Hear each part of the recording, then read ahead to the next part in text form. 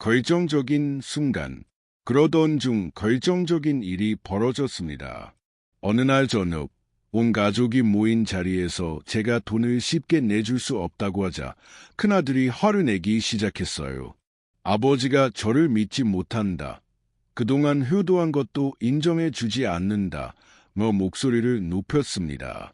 둘째도 거들며 다른 집 부모들은 자식들 도와주는데 우리 아버지만 인색 같다고 했어요. 심지어 제가 부모 역할을 제대로 하지 않는다고까지 했습니다. 그 순간 가슴이 무너지는 기분이었습니다. 며느리마저 친정 부모는 어려운 살림에도 최선을 다해 도와주는데 시댁은 여유가 있으면서 손주 하나 제대로 챙기지 않는다. 비교했죠. 아내도 제 편을 들어주지 않았어요. 오히려 자식들 말이 맞다며 제가 너무 고집스럽다고 했습니다. 그날 밤 잠을 이룰 수 없었습니다. 37년간 가족을 위해 열심히 살아온 제가 이제 와서 인색한 아버지, 역할을 못하는 아버지로 취급받는 현실이 받아들여지지 않았어요. 정말 제가 잘못 생각하는 건지, 가족들이 달라진 건지 도무지 알 수 없었습니다. 문득 어린 시절 제 아버지가 떠올랐습니다. 우리 집은 가난했지만 아버지는 절대 쉽게 돈을 주지 않으셨죠. 그때는 그렇게 인색하신지 이해할 수 없었는데 이제야 그 마음을 알 것 같았습니다. 진정한 사랑이 무엇인지 가르쳐 주시려 했던 거였어요. 며칠이 지나자 아들들의 요구는 더 거세졌습니다. 큰아들은 거의 매일 전화해 사업 이야기를 했어요. 기회가 지나가고 있다. 다른 사람들이 먼저 투자하면 어쩌냐 재촉했죠. 둘째는 부동산 중개인과 약속을 잡아놓고 저를 집 보러 가자고 했습니다. 저는 점점 확신이 생겼어요. 이건 아들들을 위한 길이 아니라는 생각이 들었습니다. 쉽게 돈을 내준다면 아들들은 평생 부모에게 의존하려 할 거예요. 스스로 이겨내야 할 시련을 피하게 하는 게 과연 아들들을 위하는 일인지 의문이 들었죠. 하지만 결정을 내리기 쉽지 않았습니다. 주변 사람들은 모두 자식들을 도와주라고 했고 특히 아내가 가장 힘들어했어요. 며느리에게 받는 눈치, 손주를 못 보게 될까 봐 걱정하며 매일 한숨을 쉬었죠. 저에게 원망스러운 눈빛을 보낼 때도 있었습니다. 다른 집 남편들은 자식들 챙겨주는데 당신만 고집을 부리냐 말했어요. 어느 날 큰아들이 며느리와 손주를 데리고 마지막 설득을 시도했습니다. 손주가 제게 다가와 할아버지라며 안겼을 때 정말 마음이 흔들렸어요. 이 아이의 미래를 위해 도와줘야 하는 게 아닌가 하는 생각이 들었죠. 하지만 그날 밤 저는 최종 결정을 내렸습니다. 돈을 주지 않기로 했어요. 대신 더 중요한 것을 주기로 마음먹었습니다. 진정한 부모의 역할이 무엇인지 보여주기로 했죠. 때로는 사랑하는 사람을 위해 미워지는 사람이 되어야 한다는 걸 깨달았습니다. 삽사인 단호한 결정과 그 후 다음 날 아들들에게 제 결정을 전했습니다. 퇴직금은 절대 나눠줄 수 없으며 각자 스스로 해결해야 한다고 단호히 말했어요. 아들들의 반응은 충격적이었습니다. 큰아들은 화를 내며 집을 나갔고 둘째는 아버지가 우리를 사랑하지 않는다 서럽게 울었어요.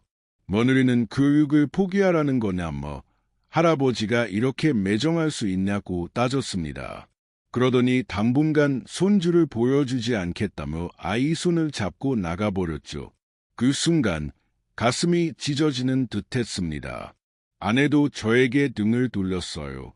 며칠 동안 말도 걸지 않고 저 혼자 밥을 차려 먹어야 했습니다. 밤이면 아내의 한숨 소리가 끊이지 않았고 낮에는 친구들에게 전화해 남편 불평을 했어요. 그런 상황이 한 달 넘게 이어졌습니다. 아내는 손주 보는 재미로 살던 터라 점점 말이 없어졌고 집안 분위기는 무겁기만 했어요. 결국 저는 큰 결심을 했습니다. 아내와 함께 서울을 떠나기로 한 거예요. 서울 집을 팔고 시골로 내려가 둘이 조용히 살기로 했습니다. 아들들에게는 비밀로 하고 아내를 설득하는 게 가장 힘들었어요. 처음엔 강하게 반대했죠. 어떻게 자식들과 연락을 끊고 살 수 있나 울었습니다. 하지만 저는 포기하지 않고 설득했어요. 지금 상황에서는 거리를 두는 게 서로에게 좋을 거라고, 시간이 지나면 아들들도 제 마음을 이해할 거라고 했습니다. 결국 아내도 제 뜻을 따르기로 했어요. 삽사인 새로운 시작. 우리는 아무도 모르게 짐을 정리하기 시작했습니다. 서울 집을 정리하고 시골로 내려간 건 가을이 깊어가는 때였어요. 아들들에게는 아무 말도 하지 않고 떠났습니다. 완전히 새로운 시작을 하고 싶었거든요. 우리가 선택한 곳은 충청도의 작은 마을이었습니다. 인구 100명도 안 되는 조용한 마을로 산과 들로 둘러싸여 정말 평화로웠어요. 작은 집을 얻어 아내와 단둘이 생활을 시작했죠. 서울의 아파트 생활과는 완전히 달랐습니다. 처음 한 달은 정말 힘들었어요. 아내는 적응하지 못해 매일 울었고 손주와 자식들 걱정에 잠을 이루지 못했습니다. 저도 마찬가지였어요. 정말 올바른 선택을 한 건지 너무 극단적으로 행동한 건 아닌지 후회가 밀려왔죠. 하지만 시간이 지나면서 서서히 마음의 평화를 찾기 시작했습니다. 아침에 마당에 나가면 새소리가 들리고 맑은 공기가 폐 깊숙이 들어왔어요. 서울에서는 느낄 수 없었던 고요함이었습니다. 차 소리, 사람들의 소음 없이 오직 자연의 소리만 들렸죠. 집 뒤편에 작은 텃밭을 만들었어요. 처음엔 호미도 제대로 잡을 줄 몰랐지만 마을 어르신들이 하나하나 가르쳐 주셨어요. 배추, 무, 상추, 쑥갓을 심으며 하루하루를 보냈습니다. 씨앗을 뿌리고 물을 주며 보내는 시간이 이렇게 평온할 줄 몰랐어요. 아내도 점차 변하기 시작했습니다. 도시 생활에 익숙했던 아내는 처음엔 적응하지 못했지만 마을 사람들과 어울리며 표정이 밝아졌어요. 함께 김치를 담그고 된장을 만들며 예전 시어머니께 배웠던 솜씨를 되살렸죠. 특히 첫 겨울이 기억에 남습니다. 눈 덮인 마을 풍경이 정말 아름다웠어요. 하얀 눈에 뒤덮인 산과 들을 바라보며 아내와 차를 마시던 시간이 소중했습니다. 서울에선 눈이 오면 불편했지만 여기선 눈 내리는 소리마저 평화로웠어요. 마을 사람들도 참 따뜻했어요. 처음엔 도시에서 온 우리를 낯설었지만 시간이 지나면서 가족처럼 대해주셨어요. 농사일을 도와주시고 집수리가 필요하면 달려와 주셨죠. 도시에서는 느낄 수 없는 정이었습니다. 벌포 영상 시작 전 안내 벌포. 영상 시작 전에 오른쪽 아래의 구독 버튼과 좋아요 버튼을 눌러주세요. 이미 누르셨다면 이제 영상을 시작하겠습니다. 안녕하세요. 저는 인생의 허운길을 바라보는 최영범입니다. 37년이라는 긴 세월 동안 한 회사에서 근무하며 한 길만 걸어왔습니다. 20살 중반에 입사해 정년퇴직할 때까지 정말 한 우물을 팠다고 자부할 수 있죠. 회사에 처음 들어갔던 날이 아직도 생생합니다. 새로 맞춘 정장과 반짝이는 구두를 신고 가슴 한쪽은 희망으로 가득했고 다른 한쪽은 막막함으로 채워져 있었습니다. 그때는 제가 이 회사에서 임원 자리까지 오를 줄은 꿈에도 몰랐습니다. 37년, 참 긴 시간이었습니다. 그 세월 동안 수많은 일이 있었습니다. 신입사원 시절에는 선배들 눈치를 보며 밤늦도록 일했고 과장이 된 뒤에는 후배들 챙기느라 정신없었죠. 부장이 되었을 때는 위아래 눈치를 보느라 속이 타들어갔습니다.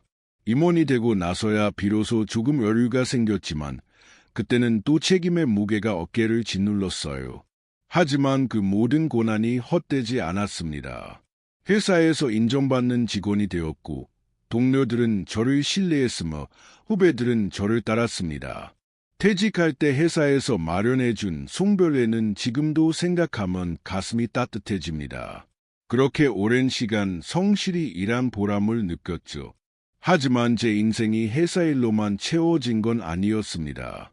저에게는 두 아들이 있었거든요. 회사 일이 아무리 바빠도 가족을 소홀히 하지 않으려 노력했습니다. 주말이면 아이들과 시간을 보내기 위해 애썼어요. 캠핑을 자주 갔었죠. 텐트를 치고 고기를 구우며 아이들과 이런저런 이야기를 나누던 순간들이 참 소중했습니다. 큰아들이 초등학생일 때 학교 운동회에 간 기억이 떠오릅니다. 다른 아버지들은 바빠서 못 오는 경우가 많았지만 저는 회사 일을 미뤄서라도 꼭 참석했어요. 아들이 달리기 경주를 할 때 제가 목이 터져라 응원했던 기억이 생생합니다. 그때 아들이 짓던 환한 미소를 잊을 수가 없어요. 둘째 아들도 마찬가지였습니다. 축구를 좋아하는 아이였는데 주말마다 동네 축구장에 데려가 공을 찼어요. 처음에는 서툴렀지만 아이와 함께 시간을 보내는 게 그렇게 행복할 수가 없었습니다. 아이들이 자라면서 아빠와 함께하는 시간을 좋아해줬던 게 얼마나 감사했는지 모릅니다. 그렇게 아이들은 무럭무럭 자랐습니다. 공부도 잘했고 대학에도 진학했으며 군대도 무사히 다녀왔고 좋은 직장에 취업했습니다. 큰아들은 결혼해 손주까지 낳아줬고 둘째도 좋은 사람을 만나 결혼을 준비하고 있었죠. 정말 자랑스러운 아들들이었습니다. 저는 가족을 위해 최선을 다해 살아왔다고 자부했습니다. 회사에서 인정받는 아버지, 아이들에게 든든한 버팀목이 되는 아버지가 되기 위해 37년간 정말 열심히 달려왔습니다. 그러다 5년 전 드디어 정년퇴직을 하게 되었습니다. 자연스럽게 회사를 떠났고 퇴직금도 꽤 두둑이 나왔어요. 37년간 성실히 일한 대가라고 생각하니 뿌듯했습니다. 퇴직 후 가장 하고 싶었던 건 아내와 함께 조용히 지내는 거였어요. 그동안 회사 일에 치여 아내에게 수월했던 게 미안했거든요. 이제는 둘이 여행도 다니고 소소한 일상을 함께 즐기고 싶었습니다. 시골에 작은 집을 마련해 텃밭을 가꾸며 평화로운 노후를 보내는 게 제 꿈이었죠. 하지만 인생은 늘 생각대로 흘러가지 않더군요. 퇴직 후 모든 게 달라지기 시작했습니다. 삽사인 퇴직 후 달라진 가족. 퇴직한 지 한 달쯤 됐을 때 큰아들이 집에 찾아왔습니다. 오랜만에 아버지 얼굴 보러 왔다며 반갑게 인사했죠. 아내는 아들이 좋아하는 음식을 차리고 저도 퇴직 후 근황을 이야기하며 즐거운 시간을 보냈습니다. 그런데 식사가 끝난 후 큰아들이 조심스레 말을 꺼냈어요. 사업을 시작하고 싶다고 하더군요. 직장 생활만 하다 보니 한계를 느꼈다며 친구와 함께 작은 사업을 구상 중이라고 했습니다. 처음엔 아들의 도전 정신이 대견하다고 생각했어요. 하지만 이야기를 들어보니 사업 자금이 부족해 도움이 필요하다는 거였습니다. 3억이라는 적지 않은 돈이었죠. 부모 마음이야 아들이 하는 일이라면 돕고 싶지만 퇴직금은 다시 벌 수 없는 돈이었기에 선뜻 답하기 어려웠습니다. 신중히 생각해 보겠다고 했어요. 그런데 그 후로 큰아들이 자주 찾아오기 시작했습니다. 처음엔 부모님 안부를 묻는 줄 알았는데 올 때마다 사업 이야기를 꺼냈어요. 기회를 놓치면 안 된다. 다른 투자자들도 관심을 보이고 있다며 점점 재촉하는 기색이 역력했죠. 더 놀라웠던 건 둘째 아들의 반응이었습니다. 형이 사업 자금을 부탁했다는 걸 어떻게 알았는지 자기도 집을 사고 싶다고 나섰어요. 전셋값이 오르고 있어 지금이 집을 살 기회라며 은행 대출을 받겠지만 부족한 부분을 도와달라고 했습니다. 그 돈도 4억이나 되더군요. 처음엔 아들들이 각자 어려운 상황이라 그런 줄 알았어요. 하지만 시간이 갈수록 뭔가 이상하다는 느낌이 들기 시작했습니다. 두 아들 모두 제 퇴직금에 대해 너무 자세히 알고 있었어요. 퇴직금 규모, 받은 시기까지 다 알고 있더군요. 어느 날은 큰 며느리까지 나섰습니다. 손주 학원비가 부족하다며 도움을 요청했어요. 손주 교육비라는 말에 예면하기가 더 어려웠습니다. 영어 유치원에 보내고 싶다며 비용이 만만치 않다고 할아버지가 도와주시면 아이가 얼마나 좋아할지 모른다고 하더군요. 이쯤 되니 정말 혼란스러웠습니다. 아들들의 눈빛이 예전과 달라 보였어요. 어릴 때 보여줬던 순수한 눈빛 대신 제 지갑만 바라보는 듯한 시선이 느껴졌습니다. 아내는 저와 다른 생각을 했어요. 자식들이 도움을 요청하는데 외면할 수 없다며 부모로서 마지막 책임을 다해야 한다고 했죠. 퇴직금을 쌓아둘 게 아니라 자식들이 필요할 때 써야 한다며 저를 설득하려 했습니다. 저는 정말 고민이 많았어요. 37년간 고생해 모은 돈이지만 자식들을 위해선 내줄 수도 있었죠. 하지만 뭔가 석연치 않은 구석이 있었습니다. 아들들의 요구가 점점 구체적이고 노골적으로 변해갔어요.